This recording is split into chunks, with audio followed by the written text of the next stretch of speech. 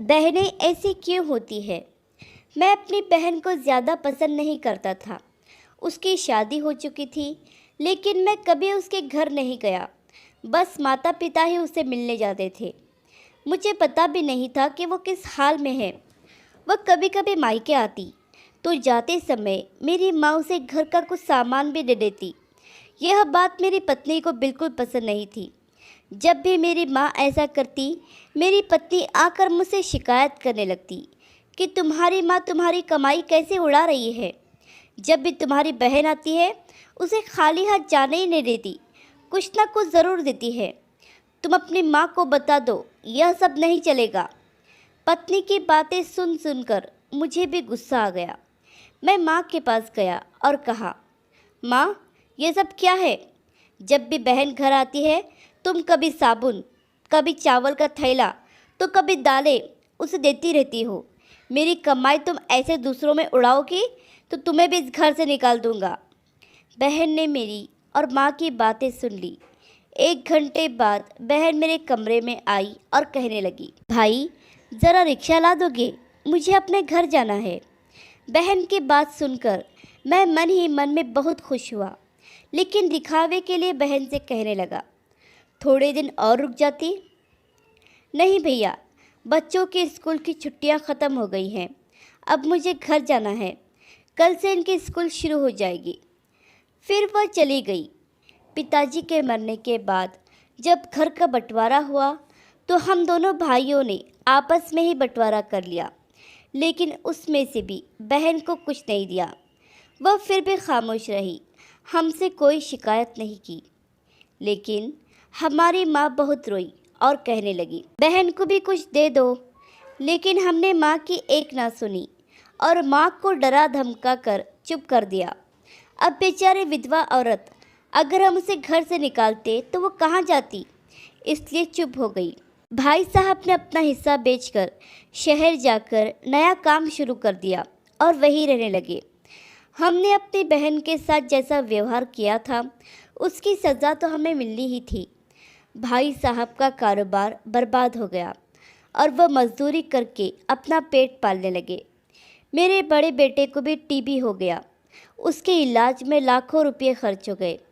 जो भी मेरे पास था सब कुछ ख़त्म हो गया और मुझे कर्ज लेना पड़ा। हाल इतना बुरा हो गया कि खाने के लिए भी पैसे नहीं थे। घर में कुछ राशन भी नहीं था। मैं अपने कमरे में अकेला बैठा सोच में गुम था कि मेरी बहन घर आ गई। उसे देखते ही मेरी पत्नी ने कहा, आ गई मनहूस। बहन को देखकर मैं भी गुस्सा हो गया, लेकिन अपने गुस्से को दबा लिया। वह मेरे बच्चे के पास गई, उसे देखा और फिर मेरे पास आकर बैठ गई।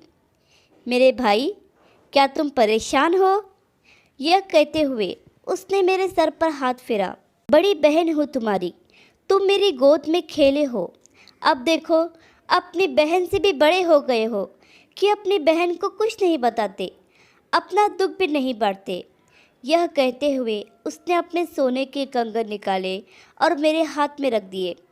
मेरे भाई, परेशान ना हो, यह कंगन बेच दो, अपने घर का राशन भर दो, अपने बच्चे का इलाज भी करा दो, और पैसों की ज़रूरत हो तो बेझिझक कह देना अपनी बहन से, मैं तुझे इस हाल में नहीं देख सकती। और हाँ, जाकर नाई से अपनी दाढ़ी भी बना लेना, देख कितनी बढ़ गई है।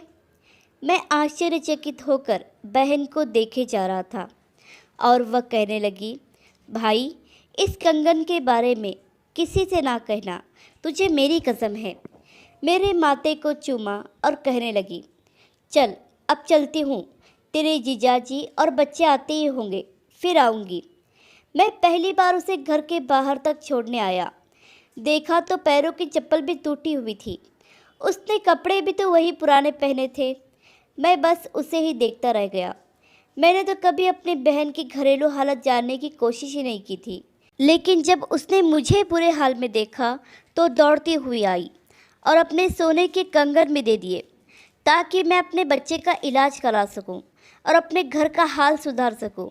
मैं सोचने लगा और मेरी आंखों से आंसू निकलने लगे कि हम भाई भी कितने मतलबी होते हैं, अपनी बहनों को पल भर में ही बेगाना कर देते हैं और बहनें अपने भाइयों का ज़रा सा दुख भी बर्दाश्त नहीं कर पाती। मैं उसके कंगन अपने हाथों में पकड़कर ज़ोर ज़ोर से रोने लगा। दोस्तों, आपकी बहन अपने ससुराल में न जाने कितने दुख सह रही होगी। कुछ समय उसके पास बैठकर उसका हाल चाल जानने की कोशिश ज़रूर करें। मालिक सभी बहनों की झोली खुशियों से भर दे। आशा करती हूँ ये वीडियो आपको पसंद आया होगा। इस वीडियो पर आपकी क्या राय है हमें कमेंट करके ज़रूर बताइए। वीडियो पसंद आया हो तो लाइक और शेयर करना बिल्कुल भी ना भूलिए। चैनल पर नए हो तो चैनल को सब्सक्राइब ज़रूर कीजिए। वीडियो देखने के लिए, कहानी सुनने के लिए आपका बहुत बहुत धन्यवाद।